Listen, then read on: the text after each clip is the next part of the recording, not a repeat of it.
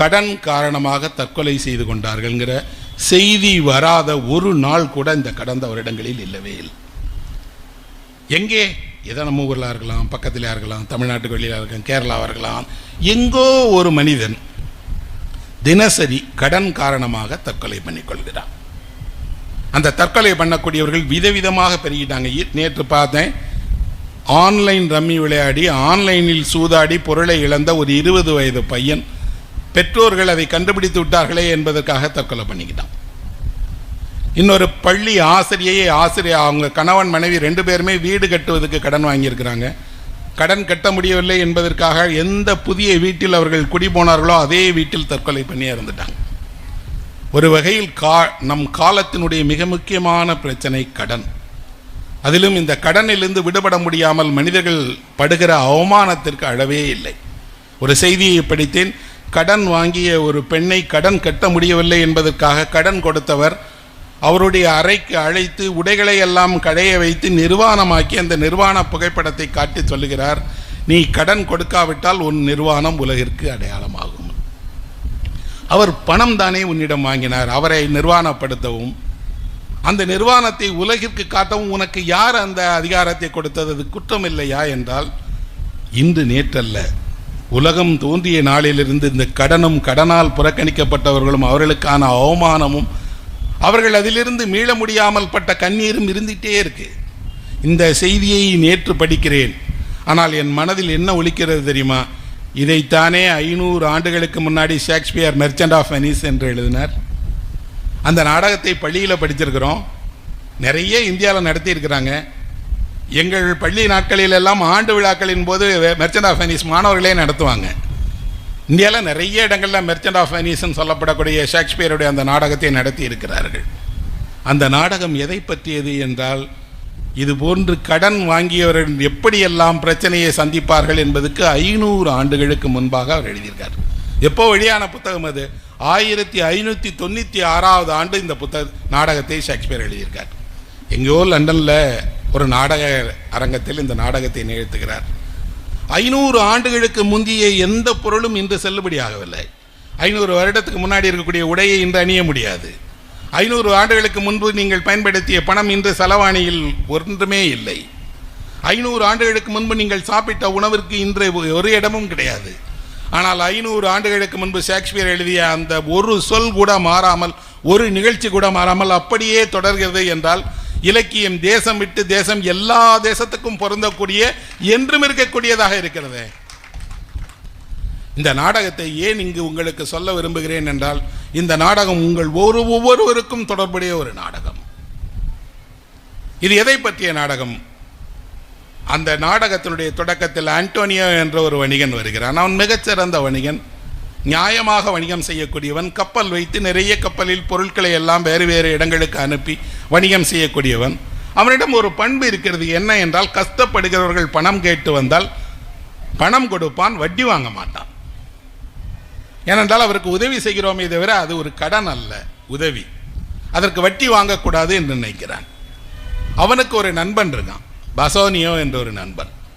அந்த நண்பன் கொஞ்சம் ஆடம்பரமாக வாழ்ந்து தன்னுடைய பொருளை எல்லாம் இழந்தவன். இன்றைக்கு அவனுக்கு வாழ்க்கையில் ஏதாவது ஒரு இடத்தில் இன்றைக்கு நான் போய் ஒரு நல்ல இடத்தை அடைய வேண்டும் என்றால் அடுத்த நிலைக்கு போகணும். அவன் ஒரு நாள் இந்த ஆண்டோனியோவுடன் கேட்கிறான், இவ்வளவு காலம் ஆடம்பரமான வாழ்க்கையை வாழ்ந்து நிறைய பொருளை இழந்துட்டேன். இப்போ எனக்கு ஒரு திருமணத்திற்கான பேச்சுவார்த்தை நடக்கிறது. போர்ஷியா என்ற ஒரு பெண்ணை நான் திருமணம் செய்யலான்னு நினைக்கிறேன். அவளுக்கு அப்பா இல்லை, ஆனால் சொத்து இருக்கிறது. திருமணம் செய்து கொண்டால் சொத்து கிடைக்கும், வாழ்க்கையில் திரும்ப நிலைக்கு வந்துடலாமேங்கிறான். என்ன செய்ய வேண்டும் அப்படின்னு கேட்டால் அவன் சொல்கிறான், எனக்காக எங்காவது நீ 3000 டெக்கார்ட்ஸ், அதாவது 3000 தங்க காசுகளை கடனாக வாங்கி தருவாயா அப்படின்னு கேட்குறான். ஷேக்ஸ்பியர் காலத்திலேயே ஒரு அறம் வந்து விட்டது. என்ன என்றால், ஒரு நண்பனுக்கு உதவி செய்வதற்காக எதையும் செய்யலாம். ஆண்டோனியோ பசானியாவுக்காக என்ன செய்கிறான் என்றால், உனக்கு என்ன வேணாலும் செய்கிறேன், என்னிடம்தான் பணம் இல்லை, நீ யாராவது ஒரு கடன் கொடுப்பவனை காட்டு, உனக்கு நான் அவனிடம் பணம் வாங்கி தருகிறேன். அந்த ஊரில் ஒருத்தர் இருக்கிறான். ஷேக்ஸ்பியர் படைத்த கதாபாத்திரங்களிலேயே மறக்க முடியாத ஒரு கதாபாத்திரம், நிகரே இல்லாத ஒரு கதாபாத்திரம் என்று உலகமே கொண்டாடுகிறது ஷைலாக் என்ற ஒரு வணிகனைத்தான். அந்த ஷைலாக் என்ற யூதன் எப்படிப்பட்டவன் என்றால், அவன் வட்டி வாங்குவான், அந்த வட்டி கொடுக்காதவர்கள் மீது வன்முறையை ஏவுவான், இன்னும் சொல்லப்போனால் அவர்களை எந்த விதத்தில் வேண்டுமானாலும் கஷ்டப்படுத்தக்கூடியவன். அவனை பார்த்து அண்டோனியா சொல்லியிருக்கான் முன்னாடியே, என்ன அப்படின்னா, இப்படி ஒரு மனிதனாக வாழ்வதற்கு பிறகு பதிலாக நீ இறந்தே போயிடலாம், நீ ஒரு மோசமான விலங்கு என்றெல்லாம் திட்டியிருக்கிறான். ஆனால் இன்றைக்கு நண்பனுக்காக அவனிடம்தான் கடன் கேட்கப் போகிறான். நான் படித்து கொண்டிருந்த நாடகத்தை மூடி வைத்துவிட்டு என் வாழ்க்கையில் நடந்ததை யோசித்து பார்த்தேன். நீங்கள் யாரை திட்டினீர்களோ அவரிடம் போய் நிற்க வேண்டியது தான் உங்கள் வாழ்க்கையின் விதியே. பல நேரங்களில் என்ன நடக்கும் என்றால், இவரெல்லாம் சந்திச்சிடக்கூடாதுன்னு நினைக்கிறோம் இல்லையா, அவர் முன்னாடி போய் கைகட்டி நிற்பீங்க. கைகட்டி நிற்பதோடு அவரிடம் உதவி கேட்பீர்கள். அப்படி உதவி கேட்கும்போது அந்த ஷைலாக் சொல்லலாம், என்னை எவ்வளவு திட்டியிருக்கிற, எவ்வளவு மோசமான வார்த்தைகளால் திட்டியிருக்கிற, ஆனால் இப்போ கடன் கேட்டு வந்து நிற்கிறியே, இப்போ உனக்கு நான் கடன் கொடுக்கணுமா அப்படின்னு. அதுக்கு அண்டோனியோ சொல்கிறான், நீ எனக்காக சொல்ல வேண்டாம், இப்போ கூட உன்னை பற்றின அபிப்பிராயம்லாம் மாறிடல, என் நண்பனுக்காக வந்திருக்கிறேன். ஒரு நண்பன் வாழ்க்கையில் நல்ல இடத்தை அடைவான் என்றால் அதை விட மகிழ்ச்சி ஒன்றே கிடையவே கிடையாது. அவனுக்காக நான் இதை தர தயாராக இருக்கிறேன், என்ன செய்யணும்னு கேட்குறான். சொல்கிறான், அவன் நண்பனுக்கெல்லாம் தர தயாராக இருக்கிற, ஆனால் என்ன கொடுப்ப, ஏன்னா வட்டிக்கு வாங்குறவன். இவன் கேட்குறான், உனக்கு என்ன வழக்கமான வட்டி வேணுமோ தர்றேன்னொன்னே, இல்லை இல்லை எனக்கு ஒரு ஒப்பந்தம் வேணும். என்ன ஒப்பந்தம் என்றால், 3 மாத காலத்துக்குள் நீ கொடுக்காவிட்டால் உன்னுடைய உடலில் இருக்கக்கூடிய சதையிலிருந்து ஒரு ராத்தல் சதையை நீ எனக்கு தரணும்னு கேட்குறான். இதுவரை உலகில் வேறு எங்காவது ஒரு இடத்தில் கடன் கொடுத்தவன் உங்களிடம் உங்கள் இதயத்தை நீங்கள் எனக்கு கொடுங்கள் என்று கேட்பானா? அதிலே ஷேக்ஸ்பியர் எவ்வளோ அழகாக எழுதுகிறார்னா, அவனே ஷைலாக்கே சொல்கிறான், எல்லா இறைச்சிகளும் மனிதர்களுக்கு உணவாகவாது மாறும், ஆனால் மனிதனுடைய சதைக்கு ஒரு மதிப்பும் கிடையாது. ஆனால் அதை அறுத்து நான் ஏன் வாங்க விரும்புகிறேன் என்றால், அது உன்னை பழி வாங்க வேண்டும் என்பதற்காக மட்டும்தான். ஒரு மனிதனை இன்னொரு மனிதன் கடன் கொடுத்து விட்டு பழி வாங்க வேண்டும் என்று நினைத்தால் எந்த நிலைக்கும் செல்லுவான், எந்த நிலைக்கும் செல்லுவான் என்பதோடு என்ன செய்வான் என்றால், அவன் உங்கள் இதயத்தில் பாதியை அறுத்து எடுத்துக்கொள்ளத்தான் விரும்புகிறான். இவன் சொல்கிறான், நான் கையெழுத்து போட்டு தரேன், ஏன்னா என்னுடைய கப்பல் தான் கடலில் இருக்கிறதே, வந்துடும், 3 மாதம் என்ன, 1 மாதத்துக்குள்ளே வந்துடும், 1 மடங்கு என்ன 2 மடங்கு வேண்டுமானாலும் தருகிறேன் என்று கையெழுத்து போட்டு கொடுக்குறான். நண்பன் கல்யாணம் பண்ணிக்கிறதுக்காக போகிறான், அந்த பெண்ணை பார்க்குறான், கல்யாணம் பண்ணிக்கிறான். ஆனால் அண்டோனியாவினுடைய கப்பல்கள் தான் போன இடத்தில் அந்த கப்பல் வந்து வணிகத்தில் இருந்து முதலீடு பண்ண கப்பல் கவிழ்ந்துருது, இவன் கடனாளி ஆயிடும். இப்போ இந்த வழக்கு நீதிமன்றத்துக்கு வந்தால் நீதி கேட்டு செல்லுபவன் யார் என்றால் அந்த வட்டிக்கடைக்காரன் நீதி கேட்டு போகிறான். உண்மையில் இன்று இந்தியாவினுடைய நீதிமன்றத்தில் பாதி வழக்கு மோசமானவர்களால் போடப்பட்ட வழக்கு. யாருக்கு எதிராக போடப்பட்ட வழக்கு? அப்பாவிகளுக்கு எதிரான வழக்கு. நாம் நீதி கேட்பது என்றால் நாம் எப்பயுமே என்ன நினைச்சுக்கிறோம்னா, நல்லவர்கள் தான் நீதி கேட்க, நல்லவர்கள் அல்ல, நல்லவர்களுக்கு எதிராக தான் நீதி குரல் கேட்கப்படுகிறது. அவன் நீதிமன்றத்தில் போய் ஷைலாக் என்ன சொல்றான் அப்படின்னா, எனக்கு நீதி வழங்குங்கள், அவன் ஒப்பந்தப்படி நடக்காதனால அவன் உடம்பில் இருந்து ஒரு ராத்தல் இறைச்சியை எனக்கு துண்டித்து எனக்கு கொடுங்கள்னு கேட்குறான். அந்த நாட்டின் சட்டம் அதுக்கு அனுமதிக்கும். பொதுவாகவே உலகில் எல்லா சட்டங்களும் ஏழை எளியவர்களை வதைப்பதற்கு அனுமதிக்கத்தான் செய்யும். ஏன்னா அந்த சட்டம் ஆள்பவர்களால் அதிகாரத்தில் இருப்பவர்களுக்காக உருவாக்கப்பட்ட சட்டம், அதற்கு கருணை கிடையாது. அப்போ அவன் சொல்கிறான், அந்த பணத்துக்கு ஈடாக 2 மடங்கு பணம் தருகிறோம், அந்த நண்பனே கொடுக்குறேங்கிறான். எனக்காகத்தானே கையெழுத்திட்டான், எனக்காகத்தானே வாங்கினான், எனக்காகத்தானே அவமானப்பட்டிருக்கிறான், 2 மடங்கு தர்றேன். வேண்டாம். ஏன் வேண்டாம் என்கிறாய் என்று நீதிமன்றம் கேட்கும்போது ஷைலாக் ஒரு பதில் சொல்லுகிறான். நண்பர்களே, ஷேக்ஸ்பியர் ஏன் இன்னும் 500 ஆண்டுகளை கடந்தும் வாழ்ந்து கொண்டிருக்கிறார் என்றால் அந்த பதில் தான். அந்த பதிலில் அந்த ஷைலாக் சொல்கிறான், சில விஷயங்களை, சில நபர்களை காரணமே இல்லாமல் பிடிக்காது, அவர்களை தண்டிப்பதற்காக நாம் எதையும் செய்வோம், அதையெல்லாம் கேட்க வேண்டாம், சொல்லணும்னு அவசியம் இல்லை. ஏன்? ஒருவருக்கு யாரையோ பார்த்தால் முன்பின் அறியாதவராக இருக்கும், அவரை பிடிக்காது. சொல்லிட்டு இவன் சொல்கிறான், எனக்கு அந்த மனிதனை பார்த்தால் பிடிக்காது, அவனை நான் தண்டிக்கணும், அவனை தண்டித்து அவனுடைய உடலில் இருந்து அந்த ஒரு ராத்தல் சதையை நான் அறுத்து எடுத்துக்கொள்ளணும், அனுமதி தர்றீங்களா இல்லையா? அந்த நீதிமன்றம் சொல்லுகிறது, உனக்கு இரக்கமே கிடையாதா?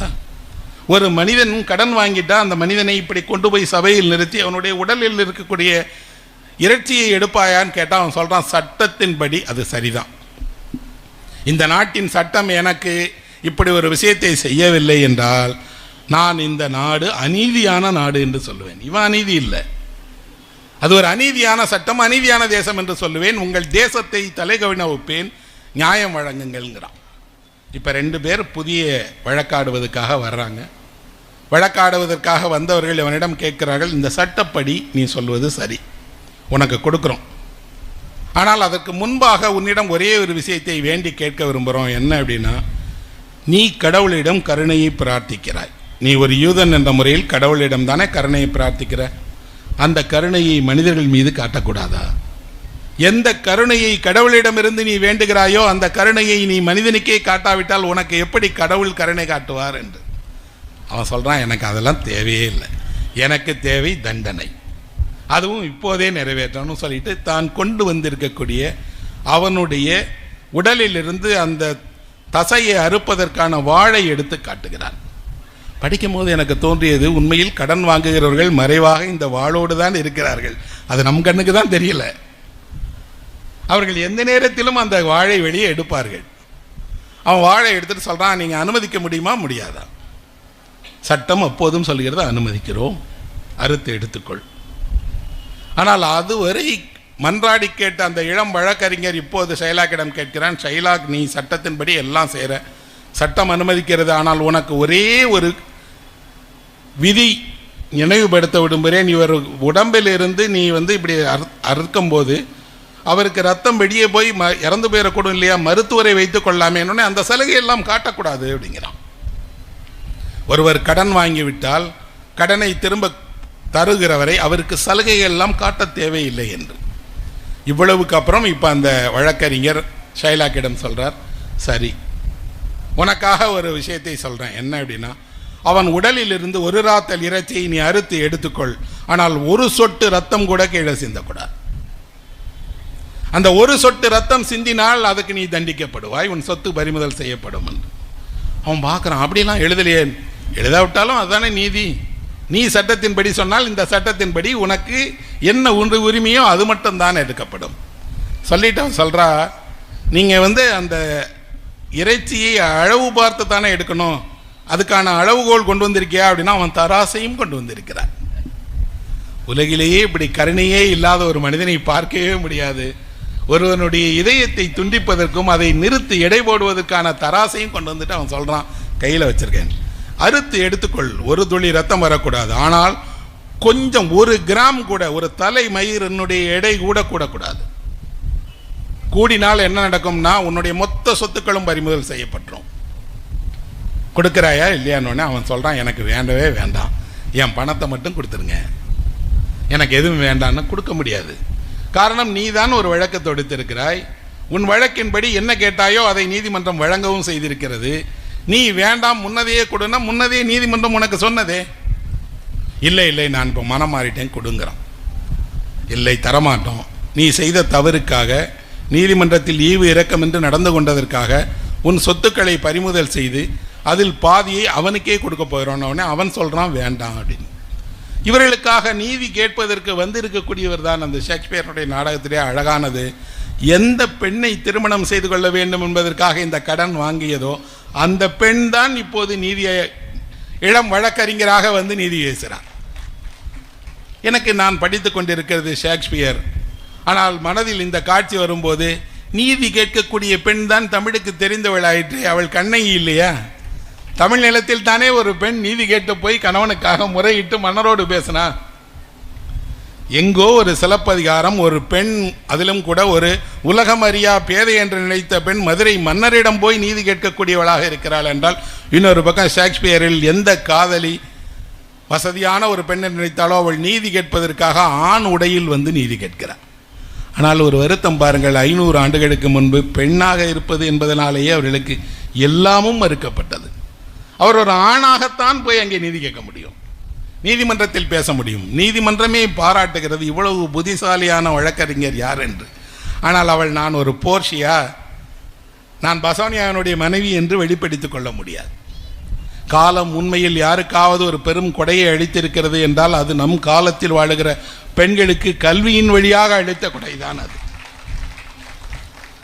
இந்த கல்வியை பெறுவதற்காக அவர்கள் 100 ஆண்டுகள் போராடி இருக்கிறார்கள். இந்த நகரத்தில் தான் முத்துலட்சுமி ரெட்டி அவர்கள் பிறந்தார், முத்துலட்சுமி ரெட்டி வளர்ந்தார். அவர் தன்னுடைய அம்மாவிற்கு மருத்துவம் செய்ய வேண்டும் என்பதற்காகத்தான் மருத்துவக் கல்லூரியில் சேர்ந்தார். அந்த மருத்துவக் கல்லூரியில் அங்கிருந்த வெள்ளைக்காரர்கள் எல்லாம் அவரை கேலி செய்த போது அவர் வகுப்பறைக்கு வெளியில் நின்று கொண்டு நான் பாடத்தை கேட்கிறேன் என்று சொன்னார். அதிலும் கூட இந்த மாதிரி பயந்த, இன்னும் சொல்லப்போனால் ஒரு சின்ன ஊரிலிருந்து வந்திருக்கக்கூடிய பெண் என்று வெள்ளைக்காரர்களால் கேலி செய்யப்பட்ட முத்துலட்சுமி ரெட்டி தான் சர்ஜரியில் முதலிடம் வாங்கி கோல்டு மெடல் வாங்கினார். அவரை பிரிட்டனில் இருக்கக்கூடிய அரச குடும்பத்திற்கு மருத்துவராக அழைத்தார்கள். ஆனால் அவர் சொன்னார், இல்லை இல்லை, நான் என் புதுக்கோட்டை மக்களுக்கு சேவை செய்ய போகிறேன். வாழ்க்கை நிஜத்திலும் இப்படி இருக்கிறது, கதையிலும் அப்படி இருக்கிறது, எங்கோ இருக்கக்கூடிய இலக்கியத்திலும் அப்படி இருக்கிறது என்றால் நீதி கேட்கக்கூடிய இவ்வளவு அறிவார்ந்த ஒரு பெண்ணை வீட்டில் வெறும் ஒரு மனைவியாக, வெறும் ஒரு மகளாக, தாயாக மட்டும் முடக்கி வைத்திருக்கிறோம் என்றால் அதுதான் சமூகம் செய்த மகப்பெரும் கேடு. ஷேக்ஸ்பியருக்குள்ளாடி அது வருது. ஆனால் இதே நாடகத்தில் இன்னொரு பக்கம் இருக்கிறது நண்பர்களே. ஒருவரை இப்படி மோசமான, குரூரமான, இன்னும் சொல்லப்போனால் மனதில் அன்பே இல்லாத இந்த ஷைலாக்கிற்கு அன்பு இருக்கிறது, மனது இருக்கிறது, அவனும் ஒரு மனிதன் என்ற மறுபக்கத்தையும் ஷேக்ஸ்பியரே தான் காட்டுறார். அது என்ன மறுபக்கம் தெரியுமா?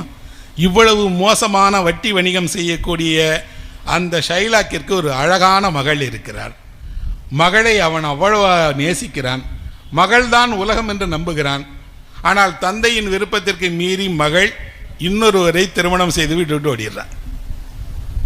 அவன் கடைசி வரை சொல்லுகிறான், என்னுடைய எல்லா செல்வங்களும் இழந்தாலும் நான் கவலை கொள்ள மாட்டேன், ஆனால் என் மகள் என்னை விட்டு போய்விட்டாளே என்று கவலை கொள்ளுகிறான். நமக்கு புரியவே இல்லை. உலகம் மோசமாக மனிதன் சொல்லப்படக்கூடிய ஒரு மனிதன் கூட இன்னொரு பக்கத்தில் அன்பு செலுத்துகிற தந்தையாக இருக்கிறான். மகளை நினைத்து இயங்குகிறான். அந்த மகளுக்கு இந்த தந்தையினுடைய எதுவுமே பிடிக்காது. சொல்லப்போனால் உண்மையில் ஒரு சமநிலையை உருவாக்குவதற்காக உலகமே எப்போவுமே என்ன இருக்கு அப்படின்னா, நீ யாரையோ ஏமாற்றலால் உன் வீட்டிலிருந்தே யாரோ ஒருவர் அதுலேருந்து வெளியே போயிடுறார். அதிலும் ஒரு பெண் வெளியே வரா. கடைசி வரை பிரிந்து போன மகளை நினைத்தே ஷைலாக் வருந்திக்கிட்டே இருக்கிறான். கடைசியில் அவனுடைய சொத்து கூட ஒரு பகுதி அவளுக்குத்தான் போய் சேருகிறது. 500 ஆண்டுகளுக்கு முன்பு எங்கோ எழுதப்பட்ட, எங்கோ மேடையேற்றப்பட்ட ஒரு நாடகம் இந்தியாவிற்கு வந்து இந்தியாவினுடைய எல்லா ஊர்களிலும் நிகழ்த்தப்பட்டு, தமிழ் படுத்தப்பட்டு, புத்தகமாகி, பள்ளியில் படித்து, கல்லூரியில் படித்து, இத்தனை ஆண்டுகளுக்கு அப்புறம் உங்களுக்கும் எனக்கும் இடையில் இந்த மேடையில் பேசப்படும் போதும் கூட அது உயிரோடு இருக்கிறது என்றால் புத்தகம் எத்தனை ஆண்டுகள் வாழும் என்பதுக்கு இதைவிட வேறு என்ன சாட்சி வேண்டும்? 500 வருஷத்துக்கு முந்தின ஒரு புத்தகத்தை சொல்லுகிறேன், எதுவும் மாறல.